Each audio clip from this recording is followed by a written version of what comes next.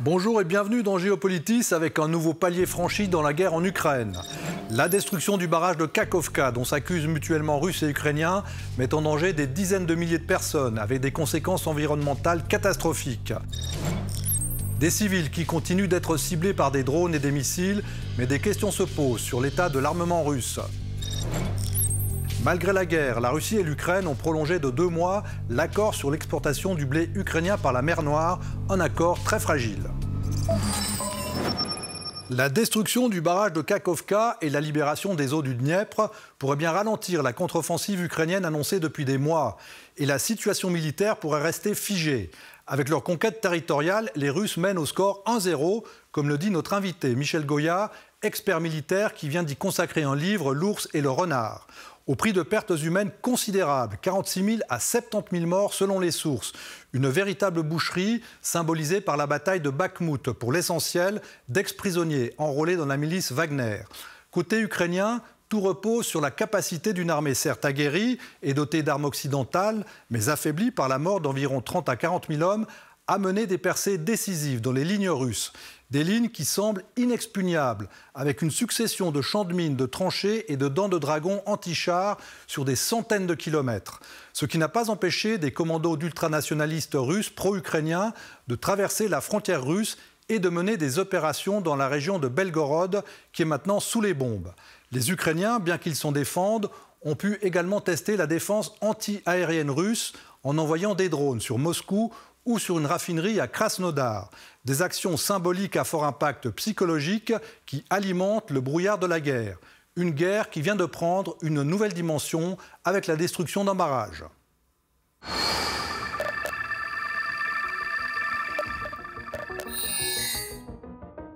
L'impensable a fini par se produire. À Kakhovka, le principal barrage d'Ukraine a été miné, libérant 18 km3 d'eau.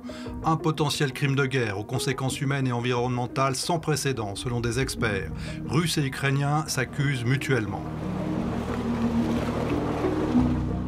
La situation est critique dans la région de Kherson, 70 km en aval du barrage, où l'eau est montée de 5 mètres par endroit.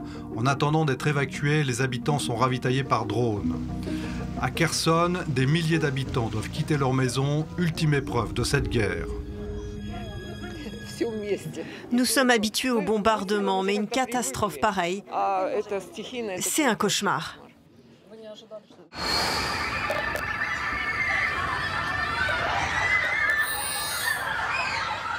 Des bombardements, Kiev en subit presque tous les jours, semant la panique dans ce groupe d'enfants. Au moins 18 attaques depuis le début mai. Et des morts que l'on retire des ruines.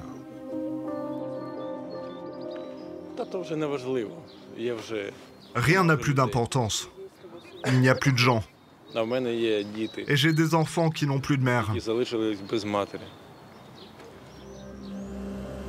Grâce à la défense anti-aérienne, comme cette batterie française Crotale, l'Ukraine dit avoir intercepté 90% des drones.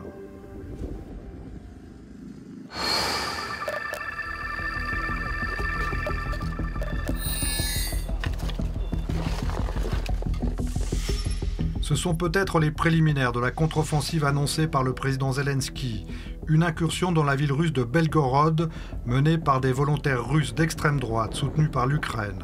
Une action sans conséquences militaires, mais qui vaut trophée de communication. Depuis, des bombardements sur la ville russe frontalière de Shebekino ont obligé les habitants à évacuer leurs maisons.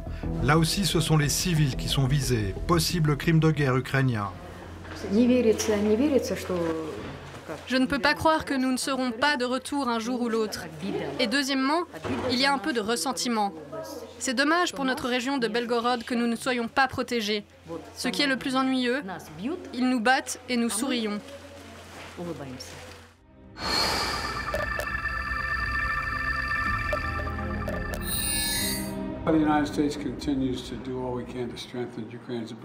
Il a fini par dire oui après avoir longtemps dit non. Joe Biden accepte que des F-16 américains soient fournis à l'Ukraine par des pays alliés.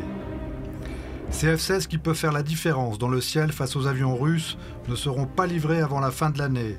Le temps de former pendant 6 mois les pilotes et l'imposant staff technique dédié. Pour les Russes, c'est une ligne rouge qui a été franchie. C'est jouer avec le feu. Cela ne fait aucun doute. J'espère que les gens raisonnables s'éloigneront encore du soutien sans réserve du régime néo-nazi que l'Occident lui-même a créé. Avec tous les risques, notamment nucléaires, qu'une telle escalade pourrait entraîner, l'installation confirmée par le président Loukachenko de missiles tactiques russes en Biélorussie ayant valeur d'avertissement. Bonjour Michel Goya, vous êtes ancien colonel des troupes de marine, vous êtes également expert et historien militaire. Alors il y a un côté vertigineux, à voir l'histoire se faire en direct avec la destruction du barrage de Kakhovka. Alors sur le plan militaire, est-ce que ça change la donne ? Bonjour. Alors, sur le plan militaire, ça ne change pas forcément beaucoup la donne. Il est quand même très probable qu'il s'agisse d'une action russe, pour des raisons qu'on peut évoquer par la suite, mais avec l'idée, d'une part, de neutraliser militairement toute la région, vous l'inondez, donc là, ça interdit toute capacité de manœuvre dans la région, ça bloque tout, et en même temps, vous créez un problème humanitaire à gérer, et les Ukrainiens se retrouvent avec des milliers de gens à évacuer, etc. Donc ça peut les gêner dans leur offensive, dans leur opération offensive, mais ça reste quand même, j'allais dire, périphérique. Vous dites qu'il y a de fortes probabilités que ce soit les Russes, pourtant les uns et les autres se renvoient la responsabilité. Il faudra une enquête internationale pour savoir vraiment qui a fait le coup. Il faudra faire, bien sûr, une enquête. On n'a pas de preuve, pour l'instant, on n'a pas de certitude absolue, mais je constate simplement que pour détruire un ouvrage d'art de cette importance, aussi volumineux, aussi solide, il faut beaucoup d'explosifs. En réalité, il n'y a aucun projectile actuellement qui est capable de faire ça d'un coup. En revanche, il faut des tonnes d'explosifs. On va parler simplement, il faut des tonnes d'explosifs. Et pour ça, soit il faut faire des multitudes de frappes très précises sur la zone. Et ça, je rappelle que la zone est tenue par les Russes et surveillée normalement jour et nuit par les Russes. On pense qu'on aurait quand même quelques traces, quelques images. Où il faut une explosion unique avec une grosse concentration d'explosifs. Et apparemment, ça quand même reste l'hypothèse la plus probable. Et dans ce cas de figure, il n'y a que les Russes qui ont pu effectuer ce sabotage. Voilà. Après, il y a une autre hypothèse que j'ai entendue aussi, c'est l'usure du barrage et une cause naturelle. C'est peut-être pas impossible, mais enfin, bon, l'hypothèse quand même la plus probable, ça reste un sabotage russe. Vous évoquiez la contre-offensive dont on parle depuis des mois, que le président Zelensky annonce aussi. Est-ce que cette contre-offensive, si elle a lieu prochainement, est-ce qu'elle sera décisive ? Non, elle ne sera pas décisive. Déjà, il faut qu'elle soit un succès. Si elle est un succès, ce sera déjà très important. Il faut rappeler que dans la stratégie ukrainienne, il s'agit de s'emparer, de chasser les Russes de tout le territoire ukrainien. Et pour ça, il faut des grandes victoires. Il ne faut pas grignoter le terrain. Ça prendra des années et ils n'ont pas le temps. Dans un délai raisonnable, il faut des grandes victoires. Et donc, il faut percer le front. Il faut aller planter le drapeau sur un objectif important, sur Melitopol, sur Berdiansk, sur la mer d'Azov, s'ils attaquent dans cette région, etc., etc. Mais dans tous les cas de figure, le succès est indispensable, mais il ne sera pas suffisant pour gagner. Après cette opération X, il faudra une opération Y, donc on reparlera d'une nouvelle offensive, une opération Z aussi pour aller un peu plus loin, etc. Et en revanche, oui, si ça échoue, si les Ukrainiens ne parviennent pas à percer la ligne de front, là, il y aura sans doute beaucoup de questions à se poser et un doute qui va s'installer. Pendant ce temps, les Russes continuent à bombarder Kiev, les grandes villes, quasiment tous les jours, avec des drones, des missiles, dans l'espoir évidemment de casser le moral. Mais pourtant, l'arrière tient, comme vous disiez. C'est une bonne chose, ça, pour les Ukrainiens. Oui, bien sûr. Alors, si l'objectif, c'est d'essayer de saper le moral de la population par des frappes dans toute la profondeur, d'une manière générale, historiquement, ça ne marche quasiment jamais. Et là, ça n'a pas fonctionné, pas plus que d'habitude. On notera qu'il y a aussi des frappes. Maintenant, il y a des attaques de drones ukrainiens près de Moscou, qui sont certainement des ripostes à ces actions, qui permettent de dire aux Ukrainiens, regardez, vous subissez des attaques, mais nous aussi, on est capable de faire la même chose aux Russes, on est capable de leur faire boire un peu de la vodka qu'ils nous servent. Donc tout ça est quand même très psychologique. Ça ne marche pas très bien, mais je pense que la multiplication des attaques que l'on a russes, que l'on a pu connaître, ou des attaques ukrainiennes, s'inscrivent aussi dans la préparation ou la contre-préparation de cette offensive. Il s'agit, de la même façon qu'avec la destruction du barrage de Novokakhovka, d'essayer de gêner ou d'entraver autant que possible le développement de cette opération. Il y a une question évidemment, c'est l'état des munitions, des stocks de munitions. Je crois que vous évoquez, enfin, avec ce terme un peu, on arrive à la fin du bidon, hein, des deux côtés. On est un petit peu à l'os. Oui, à plusieurs niveaux. C'est les stocks de munitions, quels qu'ils soient, hein, depuis les missiles jusqu'aux obus d'artillerie, ils ne sont pas inépuisables et il y a d'énormes consommations depuis le début de la guerre.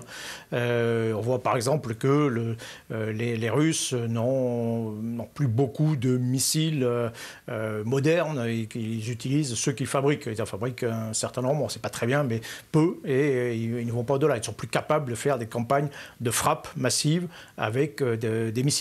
Maintenant, le nerf de cette guerre, c'est quand même plutôt l'obus d'artillerie.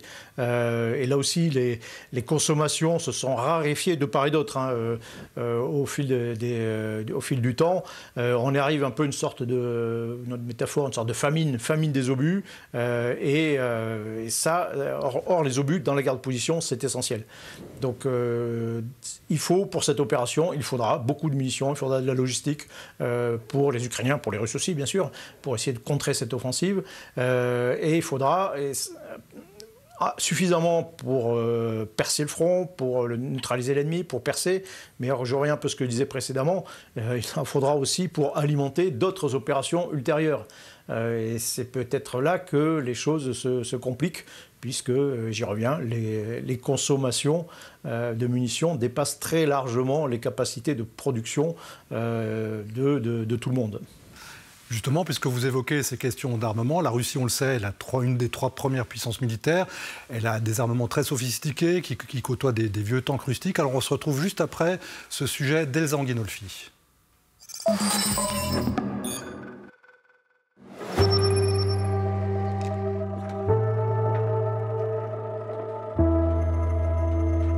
Cette nuit, les forces armées russes ont mené une frappe groupée avec des armes longue distance et de haute précision depuis le ciel contre des installations de l'ennemi sur des aérodromes militaires. Depuis des mois, l'armée russe frappe régulièrement et massivement le territoire ukrainien. Certaines semaines, plus de 100 missiles sont lancés contre l'Ukraine. La Russie a utilisé pour la première fois en Ukraine ces fameux missiles hypersoniques Kinjal, réputés plus difficiles à intercepter. Ils auraient permis, selon Moscou, de détruire un système de défense antiaérienne américain Patriot, l'un des plus performants au monde. L'Ukraine, de son côté, assure être en mesure d'intercepter ces missiles hypersoniques. Je félicite le peuple ukrainien pour cet événement historique. Oui, nous avons abattu le missile Kinjal qui n'a pas d'équivalent. La Russie recourt aussi aux drones suicides, comme les Shahed fournis par l'Iran. Mais en un peu plus d'1 an de guerre, le camp russe a subi d'importantes pertes en hommes et en matériel. Les 12 premiers mois du conflit auraient coûté la vie à 60 000 à 70 000 combattants côté russe. Plusieurs milliers d'équipements militaires ont été endommagés, détruits ou capturés. Entre 2000 et 3800 tanks, jusqu'à 3100 drones, entre 200 et 580 lance-roquettes multiples. L'armée russe a continué de répondre aux pertes de véhicules blindés lourds en déployant des chars de combat T-62, vieux de 60 ans.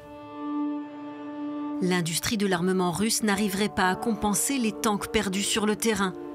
Elle manque aussi de certains composants à cause des sanctions occidentales et serait contrainte de se rabattre sur du matériel moins performant, selon le think tank américain CSIS. Mais Vladimir Poutine assure que son pays pourra aligner 3 fois plus de chars que son adversaire. Les partisans de la guerre prévoient d'envoyer plus de 400, 420, 440 chars d'assaut en Ukraine. Il en va de même pour les munitions. Pendant cette période, nous en produirons de nouveaux et nous moderniserons ceux qui existent déjà, plus de 1600. La Russie dispose de stocks importants et continue à produire de l'armement. C'est le 3e pays qui dépense le plus pour sa défense, derrière les États-Unis et la Chine.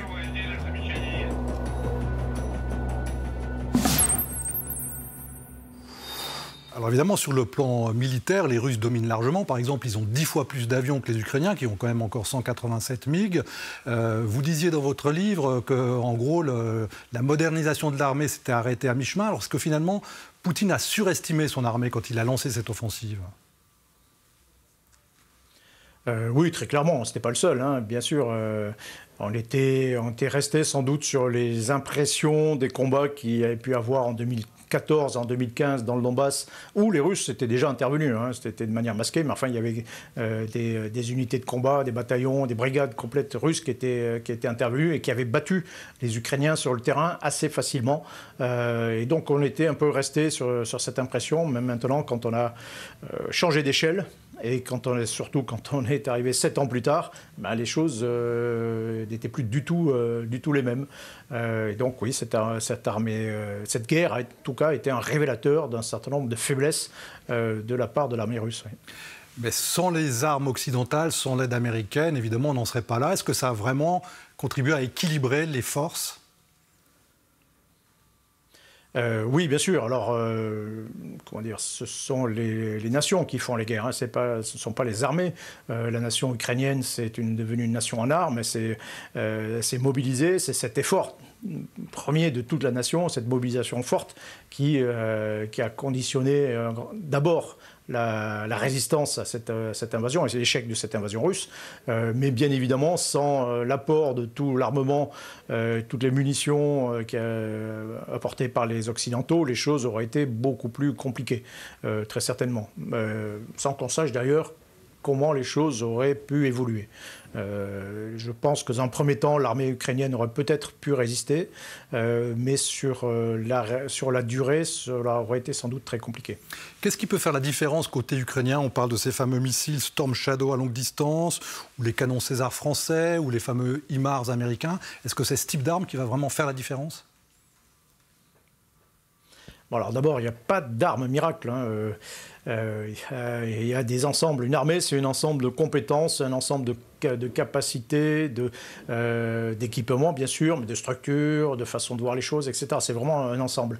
Vous pouvez envoyer des armes extrêmement modernes. Si vous ne savez pas les utiliser, ça ne sert pas à grand-chose. Donc, c'est vraiment... Il faut voir ça de manière très globale. Vous avez effectivement des armes qui ont été très importantes, hein, qui ont un impact très, très important. Tout l'armement léger qui a été envoyé au départ, l'armement anti-char en particulier, qui a été envoyé par les Occidentaux au départ, l'artillerie, dans un deuxième temps, il y a eu de l'artillerie, notamment de l'artillerie moderne. Vous avez parlé des canons César, ça c'est très important, c'est des engins très efficaces. Les lance-roquettes multiples fournis par les Américains ont eu un impact aussi très important. On verra ce qu'il en est des chars de bataille, mais j'y reviens, c'est un ensemble, hein. Il y a, ce qui a sauvé aussi l'Ukraine, c'est par exemple la mise en place des brigades territoriales, juste avant la guerre. Donc ces brigades territoriales, c'est des fantassins, c'est des réservistes, mais c'est des gens qui sont sur le terrain et qui sont chez eux, qui sont sur le terrain et qui font de la guérilla. C'est ça qui a sauvé, par exemple, Kiev. Donc, j'y reviens, c'est tout un ensemble. Et dans cette offensive qu'on évoque, je termine là-dessus, les Ukrainiens ont travaillé, ils ont créé des unités de combat, des brigades complètes avec de nouveaux équipements. Ils sont entraînés pendant des mois. Ils ont mobilisé 150 000 hommes, etc., pour essayer justement de modifier le rapport de force en leur faveur sur le terrain. Mais les équipements, c'est important, c'est essentiel, mais encore faut-il qu'ils soient bien utilisés. Alors, ce qu'on voit aussi, hein, c'est l'importance de la défense antiaérienne qui est quand même très efficace, hein. Je crois que plus de 90% des drones et missiles sont arrêtés, des deux côtés d'ailleurs. Alors pourquoi vouloir à toute force avoir des F-16, par exemple les F-16 américains qu'auraient les Ukrainiens d'ici la fin d'année? Ça ne va pas servir à grand-chose. Oui, vous avez raison. C'est une des particularités de ce conflit, c'est l'absence d'êtres humains dans le ciel, ou la rareté des êtres humains dans le ciel. Dans le ciel, vous avez des machines, vous avez des missiles, vous avez des drones, parce que le ciel est très dangereux. pour tous les aéronefs, parce qu'il y a des défenses antiaériennes très efficaces de part et d'autre, à différents niveaux, différentes couches. Et donc ça rend très difficile les engagements aériens. Sinon, vous auriez des avions russes qui bombarderaient Kiev tous les jours, hein, pratiquement. Et ça, c'est pas le cas. Alors CF-16, ils peuvent être utiles. Malgré tout, hein, ce sont d'excellentes plateformes de tir. Le F-16 tout seul, ça ne sert pas à grand-chose, mais vous ajoutez des munitions, on parlait des Storm Shadow, des missiles qui peuvent tirer très loin, très précisément. Donc ça peut servir de base volante de tir à grande distance extrêmement efficace. Mais encore faut-il qu'ils puissent voler en sécurité, qu'ils puissent simplement... comment dire, un des défauts, si vous voulez, du F-16, c'est qu'il a besoin de maintenance d'une infrastructure de base, donc des choses visibles et qui peuvent être frappées par missile. Les avions qu'utilisent actuellement les Ukrainiens, les MiG-29 essentiellement, sont des avions qui peuvent se cacher, qu'on peut utiliser, ils peuvent faire décoller de route, et donc on peut mener une forme de guérilla avec ça, avec des avions plus sophistiqués, plus lourds, comme les F-16, c'est peut-être un peu plus compliqué. Donc tout ça pour dire que oui, c'est toujours un bonus, c'est toujours intéressant, mais c'est encore moins que d'autres systèmes. Ce sera pas une arme miracle. Eh bien, merci Michel Goya pour ces précisions très détaillées et votre expertise évidemment sur la guerre en Ukraine. Pour en savoir plus, je renvoie évidemment à votre livre écrit avec Jean Lopez, L'ours et le renard, une histoire au quotidien de la guerre en Ukraine aux éditions Perrin. Merci beaucoup. Merci à vous. Malgré la guerre, la Russie et l'Ukraine ont prolongé de 2 mois l'accord céréalier qui permet d'exporter par la mer Noire le blé ukrainien et de soulager la crise alimentaire mondiale. Mais cet accord reste fragile et soumis au bon vouloir des Russes. Olivier Colère.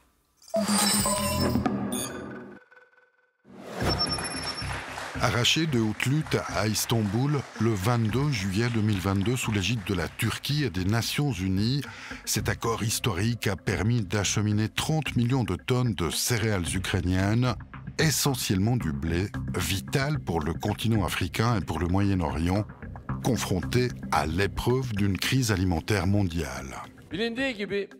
Comme vous le savez, environ un tiers de la production mondiale de blé est réalisée par la Russie et l'Ukraine.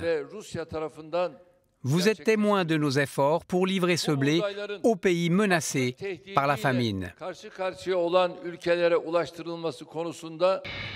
Un accord vital pour les pays menacés par la famine, confrontés au péril climatique et à l'explosion des prix des biens de première nécessité. Un accord vital pour la planète, aussitôt mis à mal le lendemain même de sa signature par des bombardements russes dans le port d'Odessa.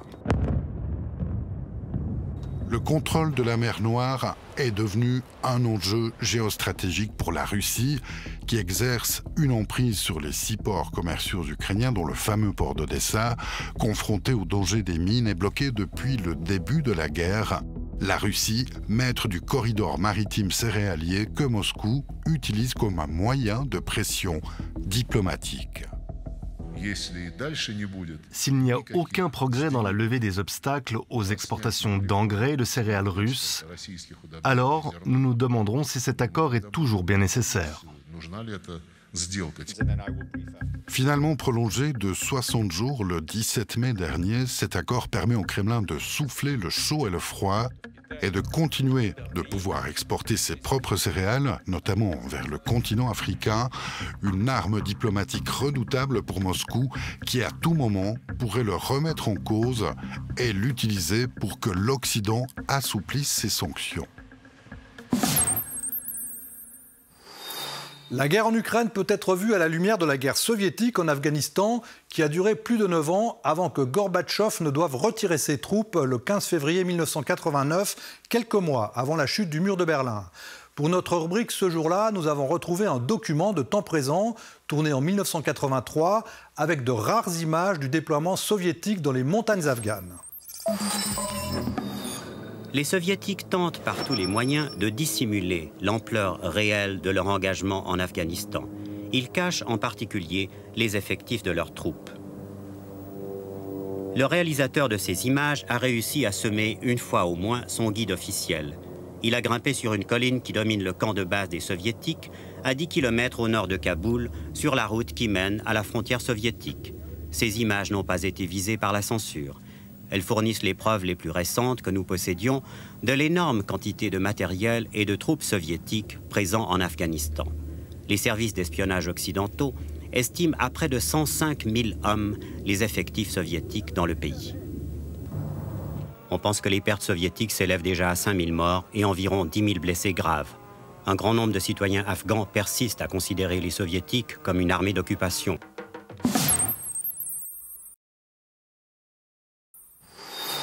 Face à la menace russe, faut-il se reposer uniquement sous le parapluie militaire de l'OTAN, comme le veulent les ex-pays de l'Est et nordiques, ou pousser les feux d'une défense européenne autonome, comme le souhaite Emmanuel Macron? Au sommet Globsec de Bratislava, celui-ci a fait son mea culpa à propos de sa fameuse déclaration de 2019, selon laquelle l'OTAN est en état de mort cérébrale. Il a concédé que Vladimir Poutine l'avait réveillé avec le pire des électrochocs, ce qui ne l'a pas empêché de continuer à plaider pour que l'Europe bâtisse sa propre défense et ne s'appuie pas uniquement sur les États-Unis. Un colloque sur ce thème se tenait à l'Université de Genève avec de nombreux invités que vous pouvez retrouver sur le site de l'université.